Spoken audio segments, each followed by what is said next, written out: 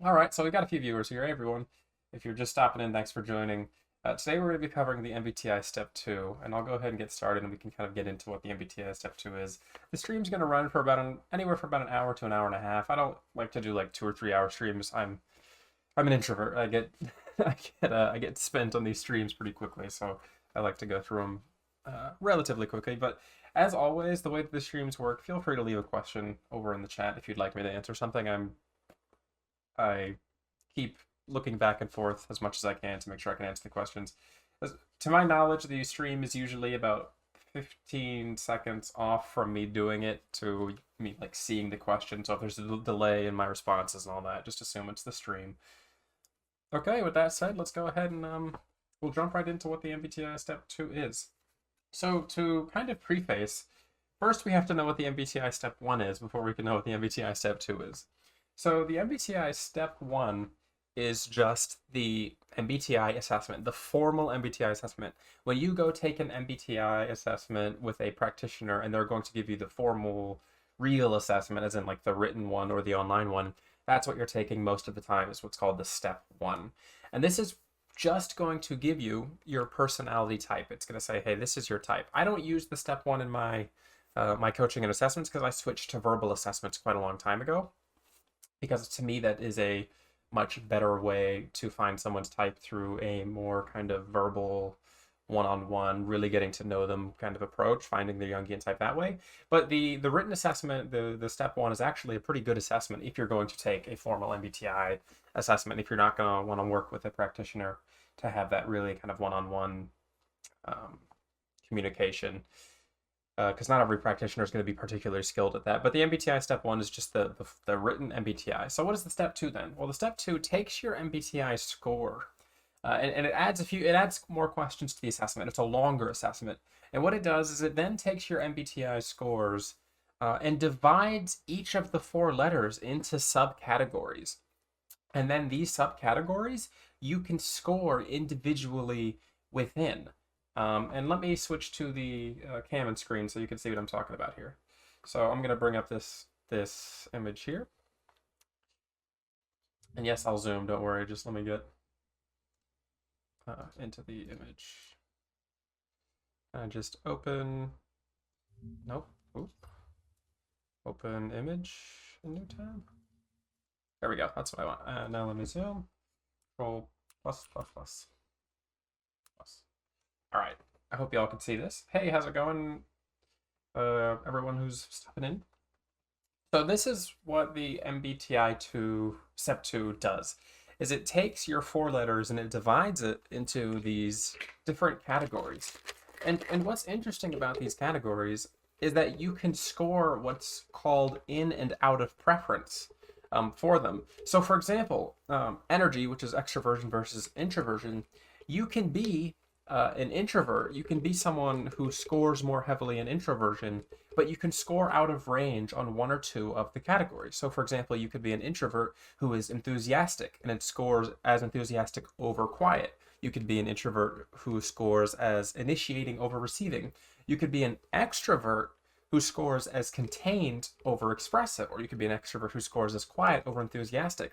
And what this allows you to do is when you're taking this test and you're getting these subcategories, you're allowing yourself to see what parts of me don't align with the full category of what I'm scoring as or what I'm testing as.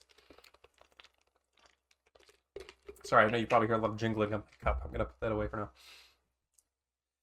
So that's really the strength of the MBTI Step 2, is to say, okay, where am I kind of different from my natural preferences? And this is going to be something that you're, I think, really going to be able to see is useful when you look at particularly the decisions and lifestyle categories, or the thinking, feeling, and judging, perceiving categories down there at the bottom. So for example, many feeling types, for example, will score out of range on logical over empathetic, or many thinking types might score as accommodating over questioning. And this is it's really interesting that you can have these very specific styles of personality based on how you score within and out of range. Let me show you what it means to score within and out of range. This is what this is what a report looks like when you get the MBTI Step 2 results. So yeah, that's good. Okay, great.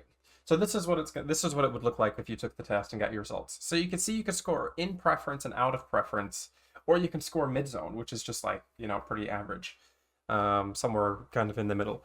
And this really allows you to see what those specific unique differences are. So in this example, this person is an introvert because they're scoring more heavily in the introverted side, what's called a majority of the time, just by one preference. If you're 3 out of 5, I think it scores you in that category as opposed to whichever one you're not 3 out of 5 on. So this person leans slightly towards introversion, but they are heavily enthusiastic over quiet. And this person, you can see in the top right, they score as an ISTJ, and this is just a sample report. But this is something that can be really helpful because when you look at these categories, there tends to be certain in preference and out of preference preferences for certain types. Now I know this specific example is an ISTJ, and it says that they score as enthusiastic over quiet, but typically, if I'm looking at an introverted type, it would be more common for me to maybe see an IP who scores as enthusiastic over quiet. Because, for example, you can have many IPs because of their secondary extroverted perception who are going to score as relatively enthusiastic because they tend to have that more energetic and spontaneous approach, even active. This person scores as slightly active over reflective as well. So yeah, I think that's really interesting, and it's something that I don't think you ever really get seen. It's something you don't see people talk about in the community very often, and I think it's a really good assessment of specific personality traits, even outside of the lens of cognitive functions. Because when you're talking about the step two, it is the formal MBTI. It's more so dichotomy based. This is something more akin to like Big Five, I would say. But when you talk about it in terms of preference instead of absolutes, and then you look at the preferences within preferences, so we're saying, okay, you have a preference for introversion, but you also have these preferences within these preferences, and they're still not absolutes. They're still not, oh, you're only intimate versus gregarious, you're only receiving versus initiating. They're called preferences for a reason, and it's what you prefer. It's kind of like handedness. You know, you can write with your offhand. It's probably just not going to look as good, so you're not going to do it nearly as often. And that's the same approach that they take here.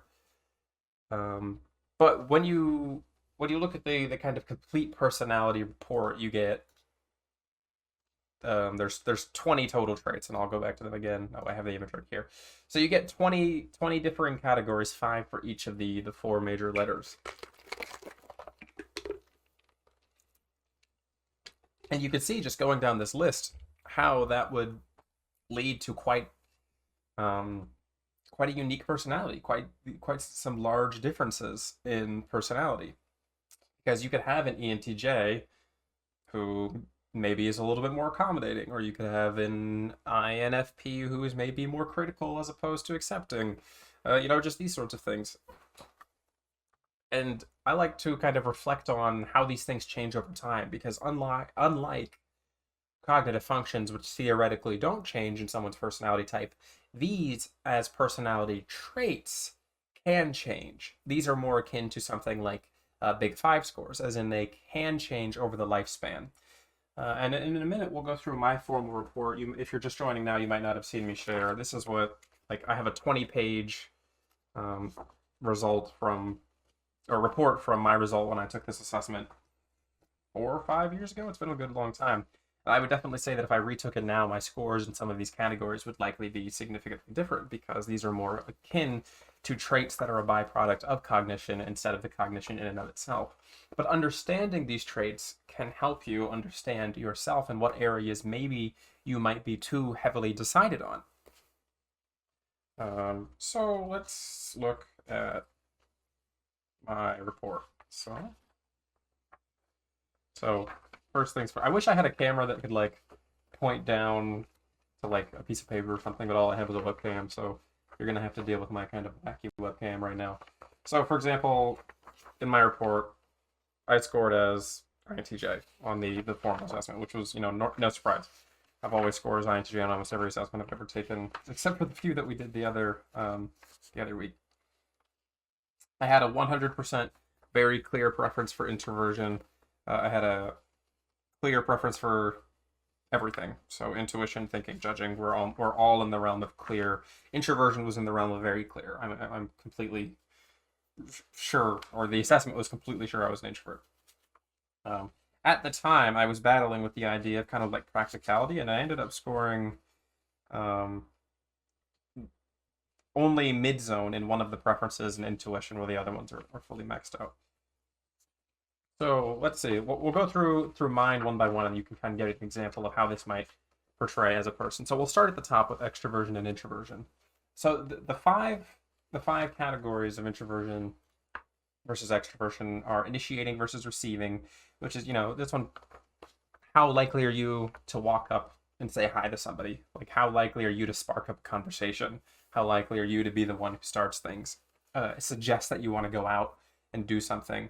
Initiating is social, congenial, introduces people. Receiving is reserved, low key, and introduced as opposed to introducing. I think we can see that here. So yeah, there's a picture for this one, so I'm just going to leave it here for this category. I wonder if there's. Hold on. Let me. MBTI Step II sample report. Sometimes we can get a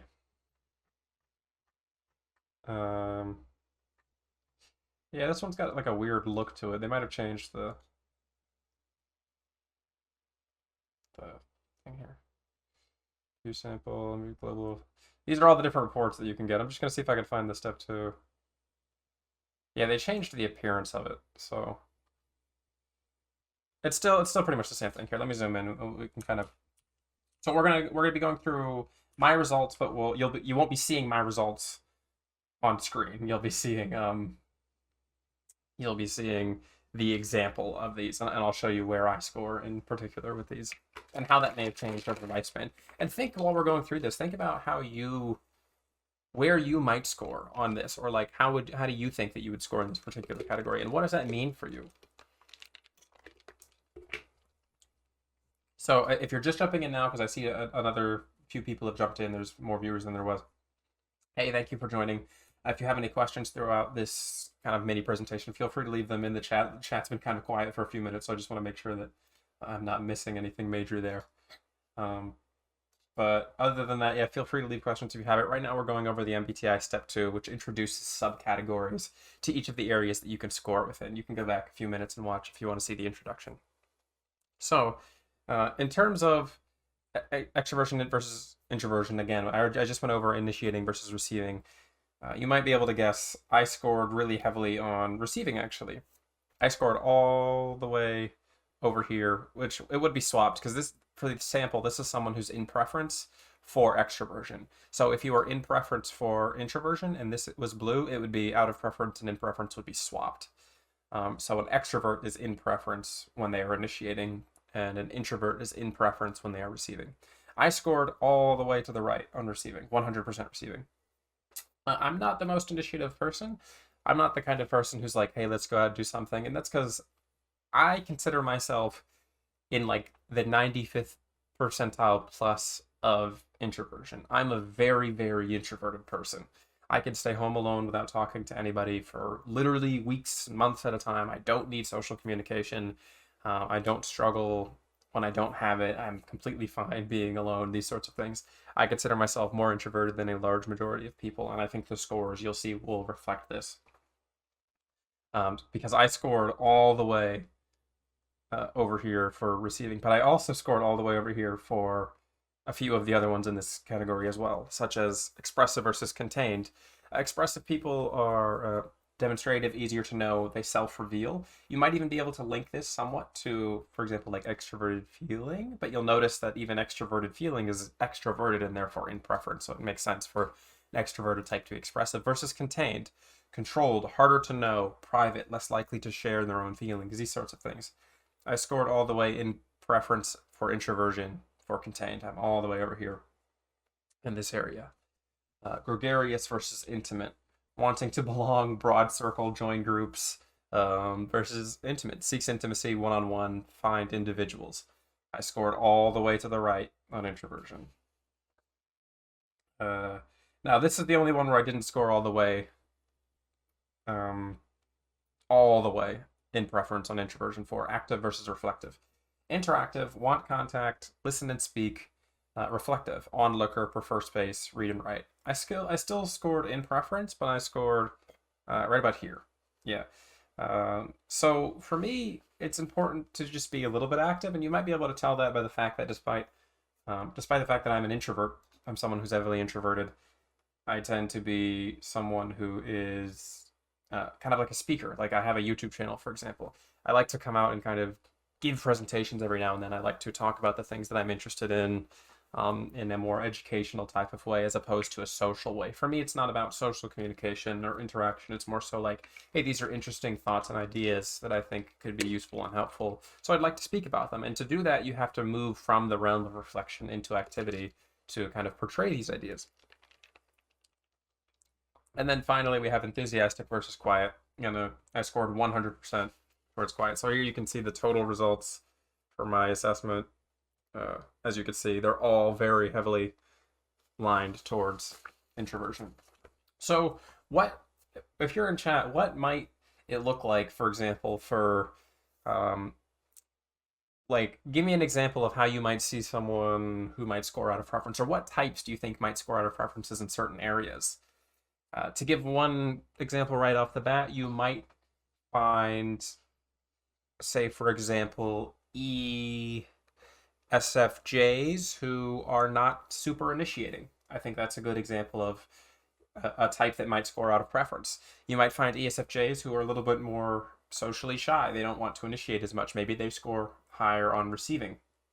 Now, you'll probably find that ISFJs are more akin to that naturally, but I do think that you could find ESFJs who are not as initiating. They're more of kind of social they're adapting more to their social sphere than trying to direct it. And I think that's something that you can really see with these preferences. What are some other examples of types that might score out of preference in certain areas? Things that might be, or these common types that might score out of preferences.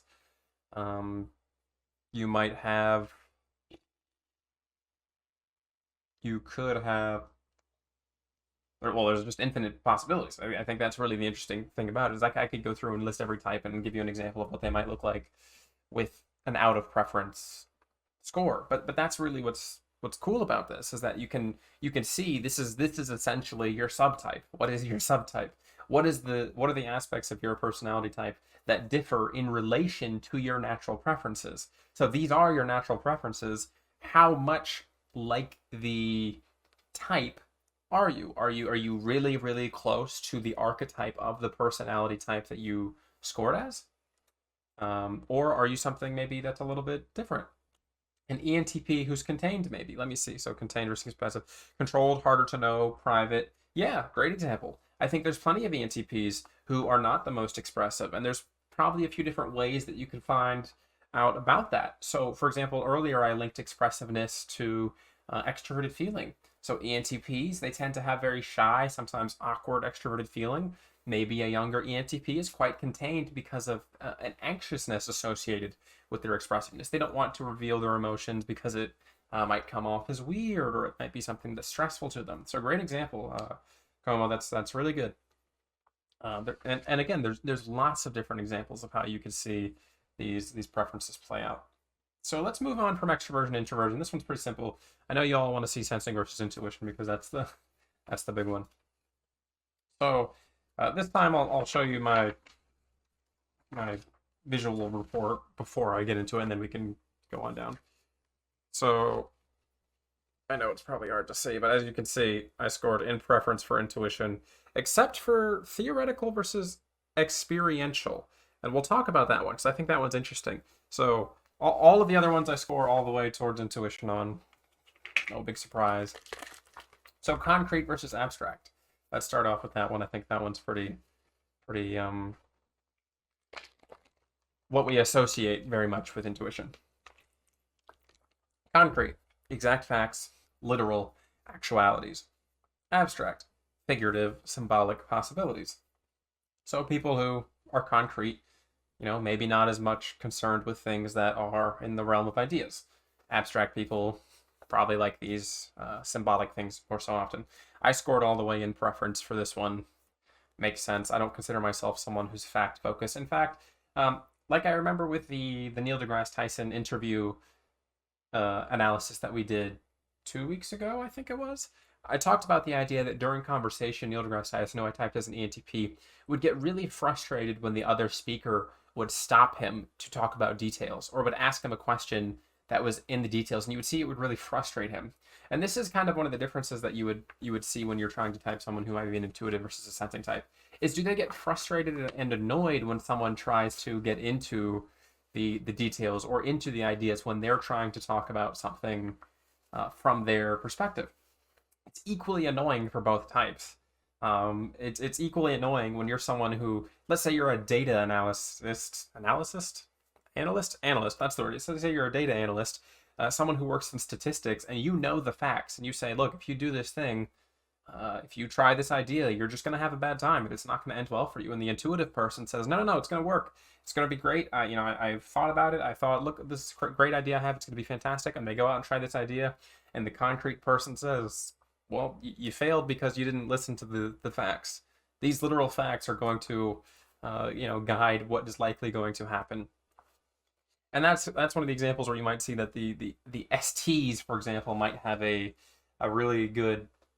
The STs are also going to be the types of people who can be creative and plan for the future in these terms, because they understand how the facts impact, or how the facts and literal things impact the situation that they're in, as opposed to the intuitives who might be getting carried away with their ideas. Can ideas lead to new things? Yeah, all the time. But if you're someone who's idea driven, who doesn't pay attention to the facts of the matter, then you might find yourself in bad situations. I kind of went on a tangent there, but that is an example of how each of those types might annoy each other in communication. So realistic versus imaginative. Again, one of the ones that I scored all the way, almost all of these I scored all the way in preference for, which is, you'll see, is a common theme throughout the assessment in terms of my scores. If you're joining just now, I don't think there's anyone who's joining that just now, but this is a sample report. My report's right here. So this isn't my score. This is just the sample that I can show you how the test, how the results look like. So realistic versus imaginative. Are you the type of person who wants to reinvent the wheel? Or are you just gonna be like, hey, let's do it the way it's supposed to work? Although traditional versus original also falls into that kind of category, but imaginative tends to be interested in the production of new ideas or things. They tend to seek novelty. Realistic probably enjoys more so what it already is. They're looking for down-to-earth experiences, things that don't require them to develop something new. I think a lot of the SPs would likely fall really heavily into realistic, whereas the NJs tend to be more so on the imaginative spectrum. Although in general it's just an S versus N kind of thing. So practical versus conceptual, pretty much the same thing. Idea oriented, scholarly, inventive, practical, results oriented, pragmatic, applied. And you can see there's only subtle differences with each of these categories. But it is these subtle differences that can create the differences in a person, in a type. How do these subtle differences impact the overall type? Well, a lot. If you have an intuitive person who's maybe really experiential, or you have a sensing type who's actually quite imaginative, I think there's a good amount of sensing types out there who probably score decently in imaginative because they are creative. They're artists, for example. I don't think that is something that we would see be exclusive to just the sensing types. And I talked about that in last week's video, where sensing types can be just as creative. They just tend to express those creativities in a different way, and they tend to not word it in the same way that intuitives might. So here's the one that I scored kind of weirdly on. Experiential versus theoretical. Hands-on, observable, trust experience. Theoretical, seek patterns, hypothetical, trust theories. I scored right here on the edge of mid-zone and in preference. So I scored a 1 on experiential and theoretical. And you might be saying, well, that's kind of weird because you seem like a theoretical person to me, and I would agree. I do think I'm pretty theoretical as well. But I'm also someone who's interested in data science. I'm also someone who's interested in research. And to do research, you have to move from theoretical to experiential. If you want to apply research, You have to move from theoretical to experiential. So what might be a difference here with theoretical and experiential in terms of type, in terms of functions? How could you theorize what the differences in here might be? Well, what types tend to be the most theoretical in terms of theoretical versus experiential? Because there's one type that comes to mind when I think about theoretical versus experiential. What type tends to be the most theoretical in terms of, especially hypothesis and theory? I'll leave that to chat. Maybe you all can guess.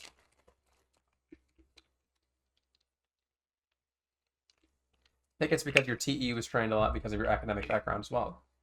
That's a great point, Bentu. But I took this assessment before I started college. This was an assessment that I took 4 or 5 years ago. SI, obviously. SI is a good choice. INTX. So you're right, Como, in INTX, but the type that comes to mind the most when I think of theoretical in terms of hypothetical interesting theories is INTPs, I would say. I'd say INTPs and any in general, yeah, any NTPs in general. That's a good point. The thing about INTPs in terms of experiential versus theoretical is that the INTP often struggles with bringing theory into experiment, unless they're doing it from an any perspective, because there's not as much this desire to directly apply instead of to maybe just understand the theory, to understand and really get to the root of the theory. Because with an INTP, they could very well be happy just understanding the theory, developing a working theory for how the world works without bringing it to a purely experiential place. If they understand it and it makes sense from a logical perspective, then it stays in the realm of theoretical. So that way you could see how it might make sense, for example, for an INTJ to score slightly more in the experiential sense, because they have a desire to take theory and apply it via extroverted thinking. INFJs also might score higher on theoretical as opposed to experiential. TI, I would say TI in general is probably just going to have a higher theoretical score than TE, which is weird because it is something that is not in the TF split, but it is something that you can see might be affected by the other functions in the function stack. Now, traditional versus original. This one, obviously, when we think of traditional, we tend to think of SI as the function most associated. Oh, where would an ENTP fit into this? I find some being very theoretical and others being less so and more experimental. So that's a great question. So I think this comes into the idea of like how heavy does the NE play into the interests of the ENTP. So when we think of ENTPs, one of the first like archetypes that comes to mind is kind of like this wacky scientist archetype, someone who wants to kind of experiment and then understand. And a lot of the times, ENTPs can experiment, but not for the sake of the observational hands-on experience, but more so for the fun of the experimentation. They're trying to get into the theory through action, and NE is going to do that over NI, because NE is going to want to kind of observe their theory play out in a more kind of objective way. It's really hard to explain that without differentiating it, but it's actionable theory that isn't objective focused, if that makes sense. ENTPs can very much be experimental without being experiential, and that they're not there for the experience, they're there for the experiment itself in terms of its theory. They're just letting it play out in reality. So I do think that that's a great point, and that you could see that ENTPs might be more so on that experiential side if TI isn't heavily influencing the NE. If TI isn't pulling them into the why are we doing this experiment? Why? What are we trying to understand from this? Then they could very much be experiential over theoretical. So great question.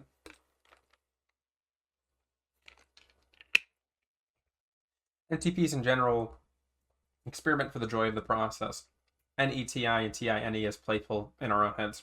Right. I would agree with that. It's not objective focused. It's not trying to seek some sort of directive application. Most of the time it can, of course, but it's the normal processing way isn't. isn't that. So you could find that I would say that experimentation and experiential are two different things, even though they sound very similar. There's a subtle difference between them, and that ENTPs or NTPs in general are going to be very experimental, but that doesn't mean they're doing it for the sake of the experience, or they're trusting the experience in and of itself as opposed to the theory. They're usually trying to test a theory through experience as opposed to do the experience to develop the theory, which is what you would see with STs, who kind of like they have to see it in reality before they can develop the theory. Whereas with the NTs, it's more so develop a theory, then try and test it to try and see if it works, kind of thing.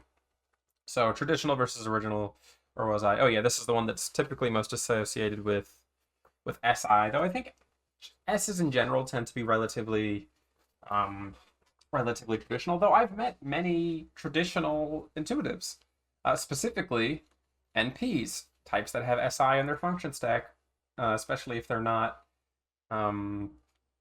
repressed SI, can be relatively traditional. I think the ENPs in particular can have a soft spot for tradition at times. Not ENPs, sorry, INPs, INPs who have tertiary introverted sensing. I think they can have a soft spot for the traditionality at sometimes. I haven't met many NJs who engage in traditional type of behavior or thinking. Even if they do, it's something that was built for them instead of something that they built for themselves. So, for example, my wife is an ENFJ, and she said growing up that she had a lot of traditions in her family, and she enjoyed them. Like, oh, every time we would go here, we would do this, or we go to there, and we do this. And there was a while where I was thinking, oh, maybe she's kind of got this like SI thing going on. And then I realized that those were traditions that her parents, who both have SI, an INTP and an ESFJ, her parents, these two types both had SI, built these traditions for her growing up, and she just enjoyed them. And then when she went on to live on her own, now, we're married, we live together, she doesn't live with her parents, she doesn't build traditions anymore. She doesn't develop those types of things in her lifestyle, and she doesn't particularly enjoy them. She doesn't build them herself, and because of that, there's just no reference to them. And that's what I see with a lot of NJs, especially ENJs, is where that they can enjoy tradition. It's just they're not likely to actively build these things for themselves. They're not likely to build these kind of habits and sustain them in the long term for themselves. Energy drink. All right, let's move on from the SN difference to good old thinking versus feeling. Now, this one is, I think, one of the ones that has the most practical application in terms of understanding your own personality, because I think this is the one that's going to have a lot of fluctuation for a lot of people. Now, as I mentioned, when I took this assessment 4 years ago, I was an edgy thinking boy. It was before I'd even kind of begun to work on the feeling aspects of my personality. I was a lot more critical. I scored completely in preference all the way for thinking 100%. There wasn't even a slight deviation in my scores at the time. But we can see now how that might have changed. I think personally that I've moved a decent amount in some of these categories. And as I mentioned earlier, because this is a trait analysis in terms of preference, this would be something that could develop over time, something akin to Big Five scores, where you might find that scores can shift throughout the lifespan depending on, the type of cognitive processing or how your cognitive processing is dealing with your environment. So logical versus empathetic. I still do think I'm far more on the side of logical versus empathetic, but I definitely think that I've developed, maybe towards here, somewhere in the middle. Maybe now I'm not like all the way logical all the time, 100% of the time. Impartial, analytical, seeks clarity. The thing that you'll see with the people who score all the way over here in logical is that they will be logical at the expense of empathy. And I think that's what you really see with the 100% scores, is you will do this at the expense of this. So if you are logical 100%, you are going to be doing it at the expense of empathy. And I think the healthiest range for most scores is going to be somewhere in this range. So like upper higher preference, but not 100%. Because you want to have the recognition of the other side. Because if you score 100% preference, you're essentially saying, I can do this great, but it comes at the expense of the other side. Um, so yeah, I think that you could see that in a lot of my scores. I definitely saw that in myself a lot back then, as I used to be doing these things at the expense of these things. I was very logical and I lacked empathy. I was reasonable. I lacked compassion. I was questioning and I wouldn't accommodate people. I was very critical. I was fairly tough when it came to like criticizing other people, these sorts of things. And these were skills that had to be developed and worked on. So logical versus empathetic. This is essentially like, FE TI in its maximum. Now you can of course have FI being empathetic, but I think that the supportive and seeks harmony thing here is just like directly related to FE in some sense, and that you're going to see that's going to be the thing that the FE types would definitely probably score higher in empathy, and you might even find that NTPs or ENTPs might score decently high in empathy if they've developed their extroverted feeling, or at the very least they would probably score mid zone. And that's where you could see maybe what stage of development or what kind of what subtype of type are you. As I mentioned, I don't really believe in subtypes in terms of strict classifications, but you can definitely see subtypes in terms of how your scores here differentiate the type that you are. People lie on tests as well. Edgy people want to be like ew feelings. Yeah, and I was definitely, when I was 20, when I took this test, I was very much, or 21, I don't remember. I was very much like that type of person where I was like, ew, feelings all the time. And, didn't even want to bring up or talk about these things. And that's what you're going to see a lot of the time with younger NTs. So reasonable versus compassionate. Truth-seeking, cause and effect, use principles. Compassionate, tactful, sympathetic, value, loyalty. So this is an interesting one, right? Because I actually consider myself quite tactful when it comes to communication. I think that's actually one of my strengths, and my wife has even told me that sometimes, a lot of the times, I'm very good at talking to people in a way that allows me to navigate through the roughness of the conversation, and that when I'm talking to people, I'm trying to a lot of the times ameliorate negativity and stress in the conversation, but not for the sake of social harmony. It more comes from a place of usefulness. It is useful for me to make sure this conversation is not negative. It is useful to make sure that people are not feeling bad. It can help me work towards my goals. It can alleviate personal stress that's going to be put onto me from a situation being, stressful. I lost my train of thought there. But essentially, yeah, for me, it's not hard to kind of try to navigate through conversations in a tactful way because it serves some sort of purpose. But then you have to ask the question, is that compassionate or is that reasonable? Is that just like developed reasonable? Is it compassionate? It's a weird line to draw with some of these, because a lot of times you have to look at the underlying motivation as to why someone might score in such a way. Of course, back then I scored all the way towards reasonable and I was less tactful. But even when I was younger, I was always someone who navigated stressful conversations and situations and tried to be the person that's like, hey, everybody calm down. Like, the voice of reason is what I always strive to be. And I've even had family members tell me that even from a young age, I was the one who was very good at calm down, let's think this through. And I think that's a different side of the idea of like compassion and managing the social sphere. I think I wonder if that's T. It probably could be T. But I think there is a kind of utilitarian point to social harmony that can be achieved through other types that aren't FE. Whereas FE kind of has this very emotional, harmonious interaction with the social sphere. TE can just as easily have this utilitarian, pragmatic interaction, a balanced TEFI. Yeah, it could very well just be like like an ITJ thing where there's TEFI in the middle, and TE is just slightly higher, but it's still not to the point where it's sacrificing feeling for the sake of it. Thinking versus feeling is always the spectrum that I struggle with, as I genuinely relate to both sides heavily. I'm very compassionate, but also very reasonable, etc. Could be because of my fairly balanced TIFing? Right. I think that's a great observation. I think that most types are going to feel a pull between those two center functions because they're so balanced. There's been times in my life where I was like, "Am I an INFJ?" And you know, I look at myself and I'm like, function wise, there's no way I'm an INFJ.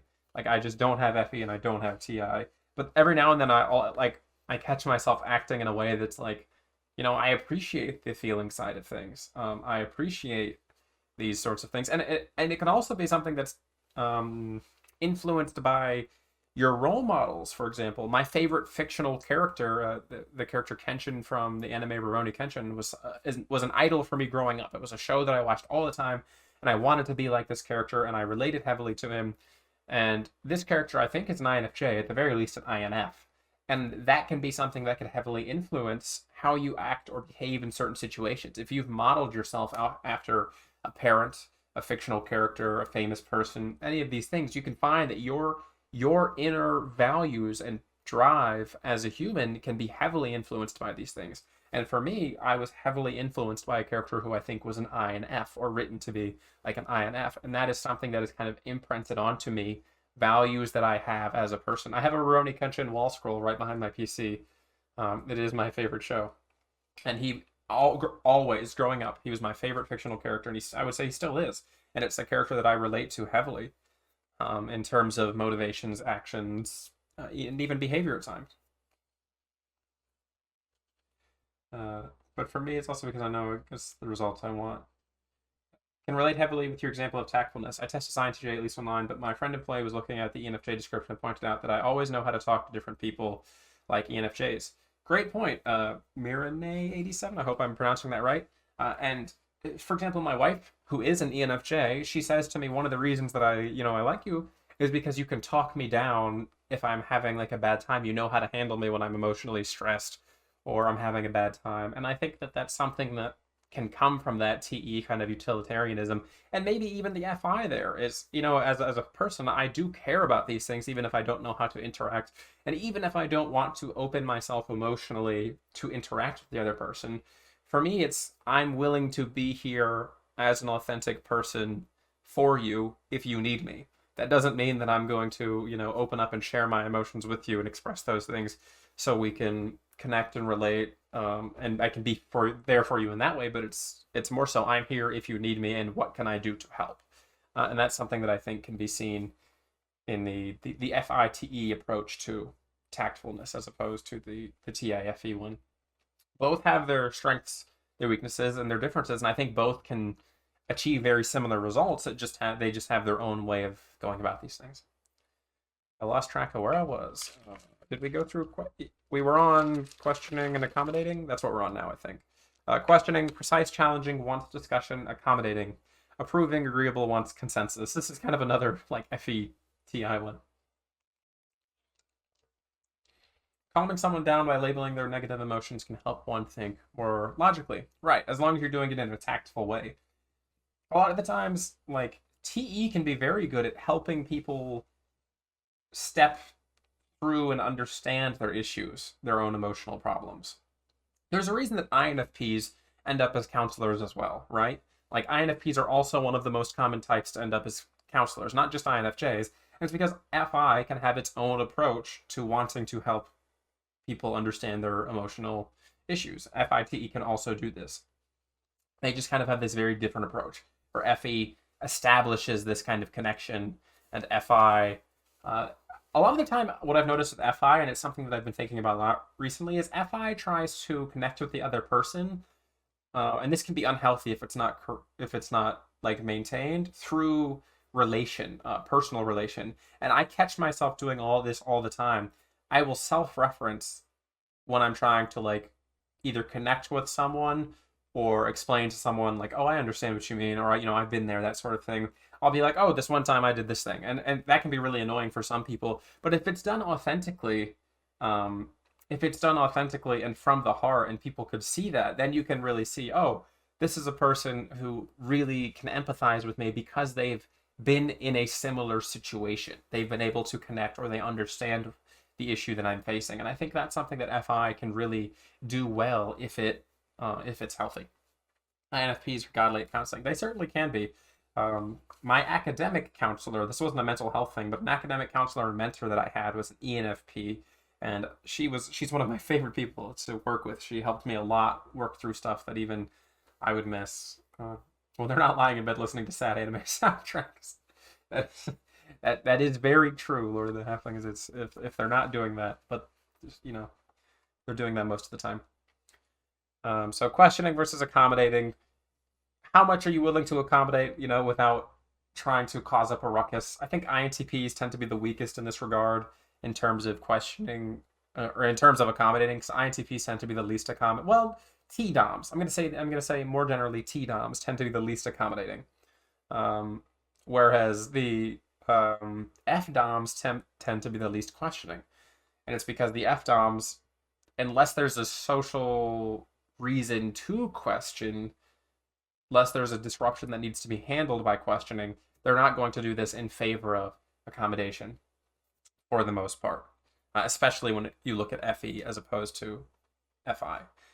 FI can be slightly questioning as well, but even FI can be quite accommodating if it's not selfish FI. Your INFP aunt is a child psychiatrist, and one of the things she had to work on a lot was her seniors telling her she self-references too much. Yeah, that's the truth. I do it. I self-reference all the time, and I know it's probably annoying to people. But to me, it's just how I've always communicated. It's just like, oh, like I understand where you're coming from, because this is the experience, or my understanding of this experience that I had at one time. And I don't know what, because self-referencing allows you to connect without sharing your deep emotional like state, I guess. You're not like you're not like expressing your full emotion, so it allows you to kind of have a one step removed emotional connection. Goodness, I'm having a seizure apparently. Yeah, one step removed emotional expression with the person that you're communicating with, so you don't have to make yourself vulnerable, but at the same time you can still connect with somebody. Right. And what you want to do is make sure that you don't overtake their story. Like, if someone's telling you a story or they're trying to solve a problem, and then once they finish, then you say, "Oh, okay, I understand." The thing is, you don't want to take over their story. So let's move on to critical versus accepting. Skeptical, want proof, critique things, accepting, tolerant, trusting, give praise. I've noticed a lot of the time that FE high types will give praise. FE top twos are the most likely type to come into my sessions and start off the session by either thanking me or telling me how much they like my YouTube channel.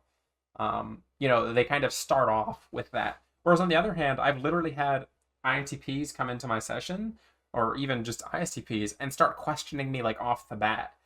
They're like, they'll start like questioning my understanding of the theory because they want to have like these answers to these thoughts they have in relation to my understanding, and they'll just start straight off the bat with skeptical. They want the proof. They want to critique the theory, and it's not always that they're trying to be mean or anything. It's just that's how they naturally process information. Whereas I find that the FE types a lot of the times will especially the high FE types will open with, oh, thanks for the session, or I really like your YouTube channel, or this and that, and it's it's nice. It is very present. So finally, for thinking and feeling, we have tough versus tender, which is firm, tough-minded, focus on implementation, tender, gentle, tender-hearted, focus on agreement. I tend to score very highly in tough. I'm not the most tender person. I'm definitely focused on implementation, and especially if it's implementation of something that I want to do. So I would still say this is one of those areas that I'm really, really in preference for personally. I'm sorry, you're an ITV. Well, yes, but no. That's happened so many times. It's crazy because I'll never forget one of my earliest sessions with an INTP where we went step by step. We did the TI. Okay, so we agree you're a TI dominant type. And he said, yes, I agree that I'm a TI dominant type. And then I said, okay, and you also agree that you have an intuition preference over sensing. And he's like, yes, I think I can agree with that.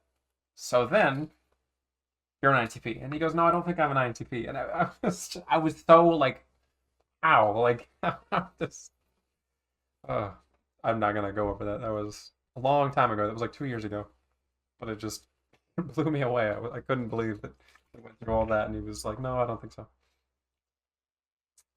Well, let's move on to judging versus perceiving, because this is one of the ones that can be as weird as well. So judging versus perceiving is always going to be the weird one in terms of MBTI, especially if you're an introverted type. And you'll notice all other three categories, I scored really, really heavy in preference for everything, right? And then for this one, there's quite a few mid zones for me, and I would speculate and theorize that if you're an IJ or an IP, you're going to be closer to the mid zone on this because you're not actually a judging or perceiving. You're not actually what you score as. An IJ isn't a judging type; they're a perceiving type. An IP isn't a perceiving type; they're a judging type.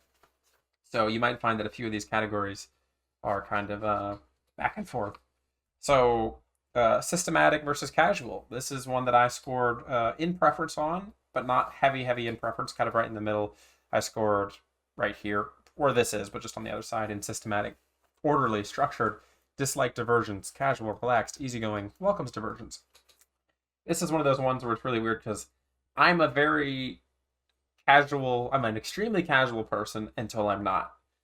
I am extremely casual until I'm not. So I do nothing a huge majority of the time, and then when I switch into work mode, it's like snap. Now I'm systematic. Now I'm completely systematic. Now I want things orderly. Now I want things structured.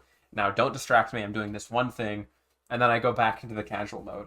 And to me, that's kind of because as an IJ, I lead more so with the casualness, but when I'm in a work environment when it comes time to get things done, then I switch to the more systematic thing. And because that influences my outer world, that's why it's listed as systematic being in the judging kind of preference.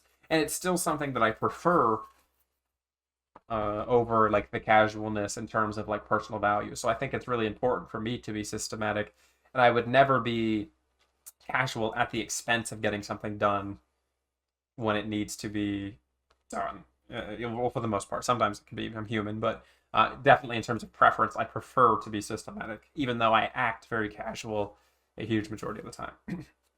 So NTJ tend to be all or nothing.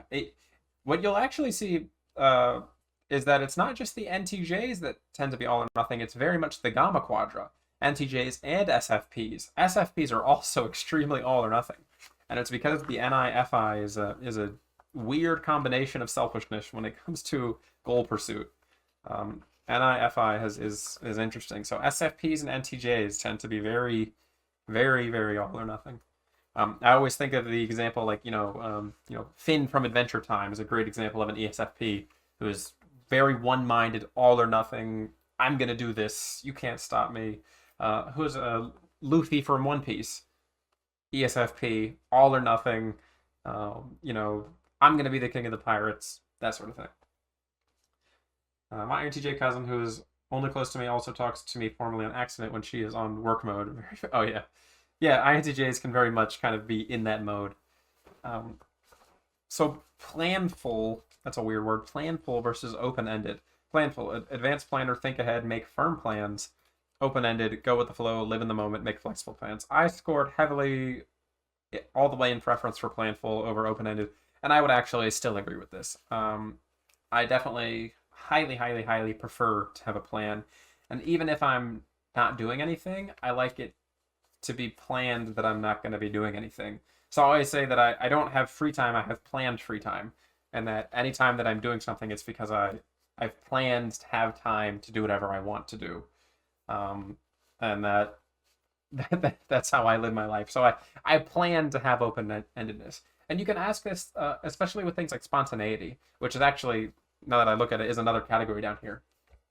J types, especially IJs, tend to have planned spontaneity, and that they aren't spontaneous at all, but they can plan to have periods of time to be spontaneous, which is it's paradoxical, but it's funny. Gamma Quadra are NTJ and SFPs? Yes, the SFPs and NTJs. So early starting versus pressure prompted. I'm definitely an early starter most of the time.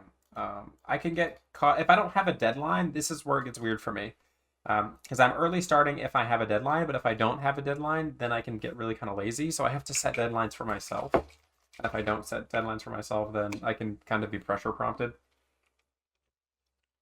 But I would say more often than not, I'm early starting, as in all the way through college, I very, very, very, very rarely turned something in on the day it was due.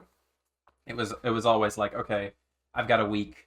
I'll do most of it today, most of it tomorrow. It's done. Then I can relax for 5 days. Like that's the kind of mindset that I usually take when I was getting schoolwork done. So yeah, scheduled versus spontaneous.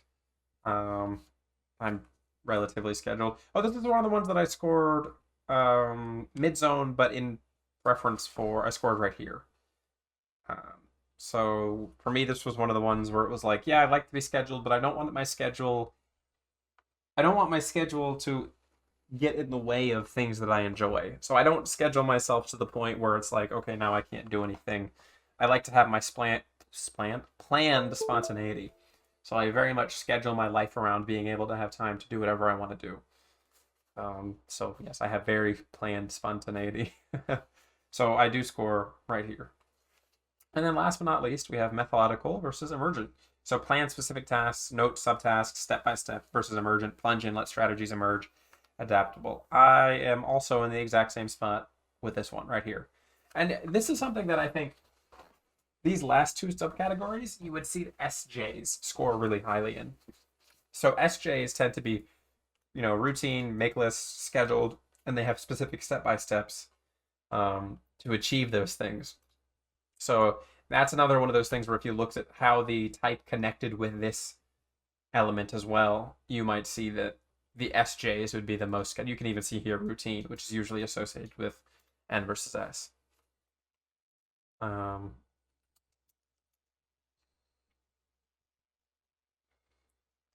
Yeah, and then at the end here, it gives you kind of like this number score of like how likely you are to be the thing that you scored as. So it doesn't show it here, which is a shame, but this assessment also focuses on development. So I'm going to show you just the page a little bit so you can see it, but this page right here, for each of these categories, it tells you, okay, what is your communication style? And then there's a thing next to it that says enhancing your style. So what can you improve on based upon the score you got? Here's an example. So my communication style was abstract as opposed to concrete. So my communication style, talk about what you can infer from the here and now data. What can be inferred? How to enhance that? Be open to the important details that you may be ignoring. So I'm questioning. You want to ask questions. How can that be enhanced? Be selective in choosing questions to ask so that you are not intimidating people with your questions. Essentially, don't bombard people with your questions. Tough. Embody the phrase, let's get on with it. How do you enhance that? Be aware that sometimes your way of moving ahead may be wrong for the situation. And it goes through all the things that you scored as and how you can enhance these with just, these little things here.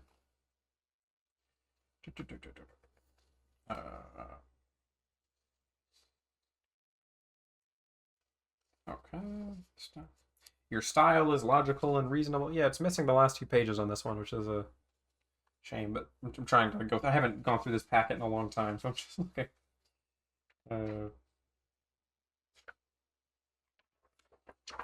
Goodness gracious. Oh, it even comes with like management style, all parts of the personality.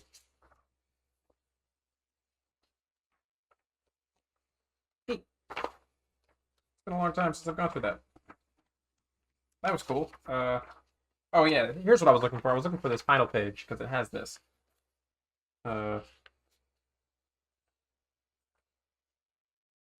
Yeah.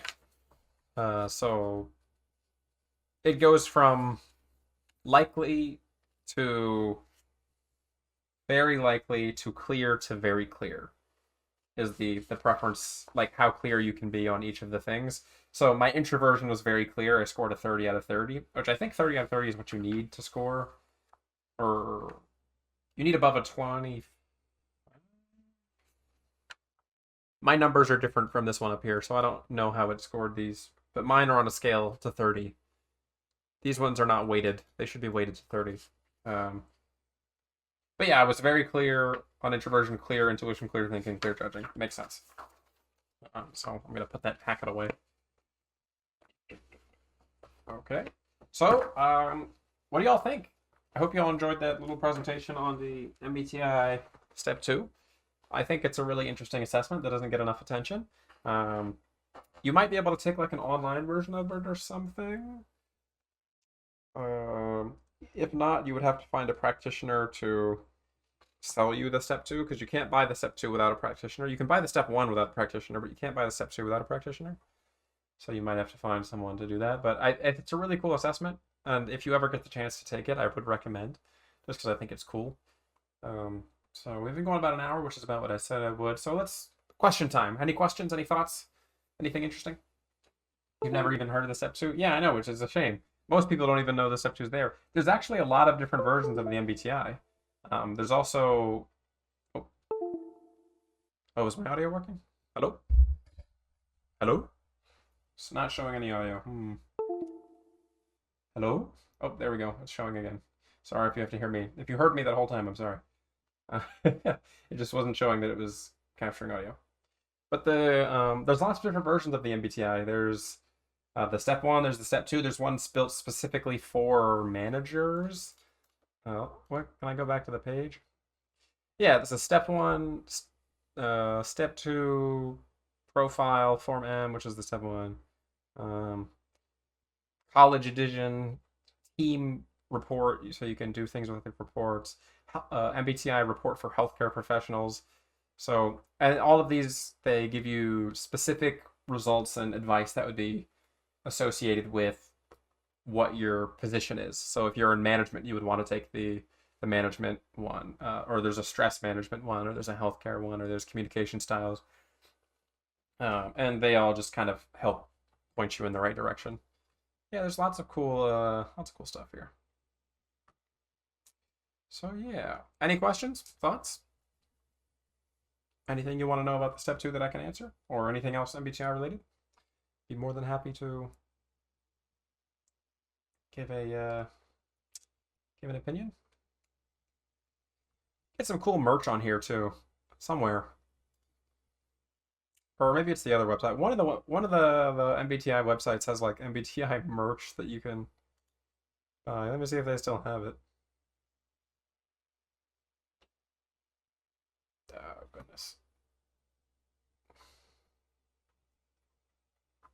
You can get books and workbooks and stuff like that.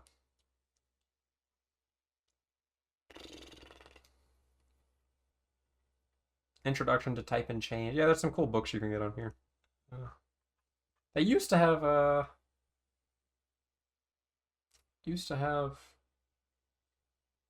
like stuff out here. They are like you can get cups, like mugs. Are you an ESFJ and you want your want a coffee cup? You can get one. You can get a personality type coffee cup. That's funny.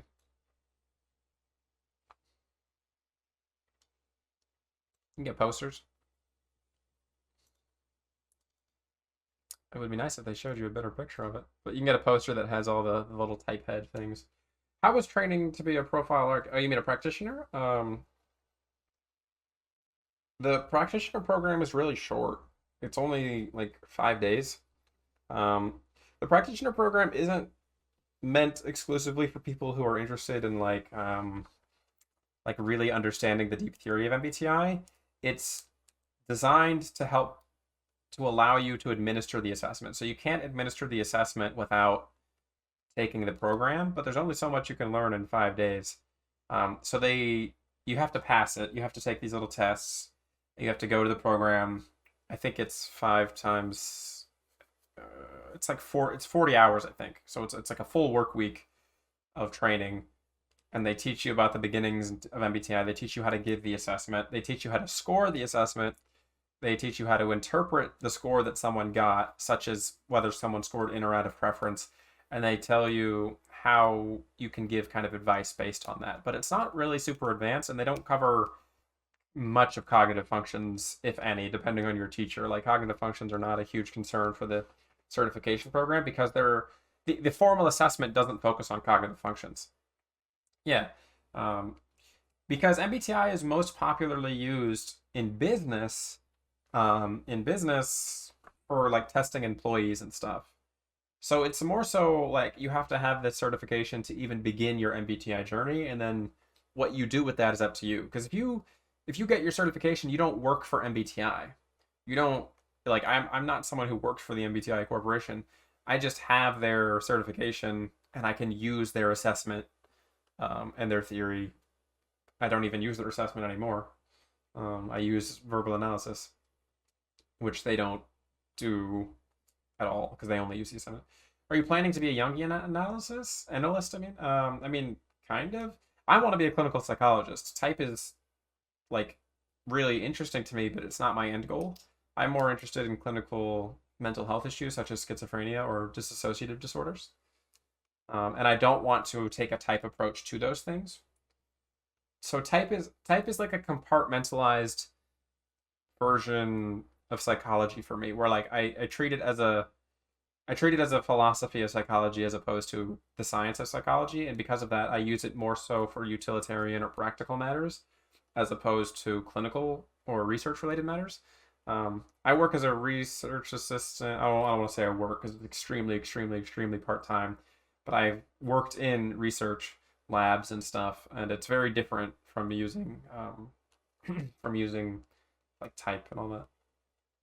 Do you think it's possible to type a person suffering from burnout reliably, or does the stress affect behavior too much and you can't get the exact info? It's going to be a lot harder, but one thing that you'd be able to see is what do they do when they burn out? Like, how are they dealing with burnout? Because different types might have different ways of approaching burnout. Uh, you know, are they going to make rash and spontaneous decisions that may put themselves or others in danger? Then they might be like an ESP, for example. They might not think things through. They might not follow pursuit. Are they going to lock themselves in their room and not interact with other people until they've solved their problems? They might be an INJ. Do you think it's possible? Oh no, that's the same question. I was reading the same question. Clinical psychology is rad. Yeah, I like it. I haven't gotten to do too much with clinical psych. I did take a master's level abnormal psychology class, which was really interesting, and I really liked that class. I just haven't gotten into a PhD program yet, so hopefully this year we'll see. I should have my first publication in the next few months if all goes well. All right, well, I think that was a good stream. I'm going to go ahead and wrap up now because my throat's getting kind of tired. I was dealing with stomach problems the last few days, so I'm sorry I didn't get a video out last week. But thank you all for coming to this stream. I am going to put this up on YouTube in the next few days so people can see what the MBTI Step 2 is all about. I hope you enjoyed this. I will see you all later in the week for Friday's video, most likely, if all goes well and I'm still feeling good when Friday comes around. Take it easy, everyone. See ya.